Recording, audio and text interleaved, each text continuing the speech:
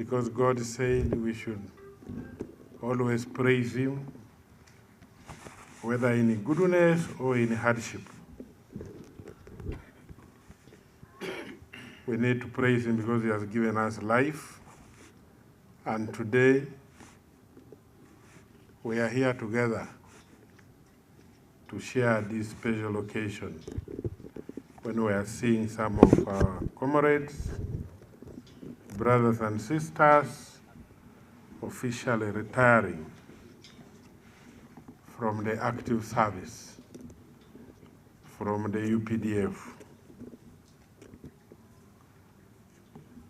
I would like to thank His Excellency, the President and the Commander-in-Chief for stabilizing this country. I'm happy everybody has acknowledged it,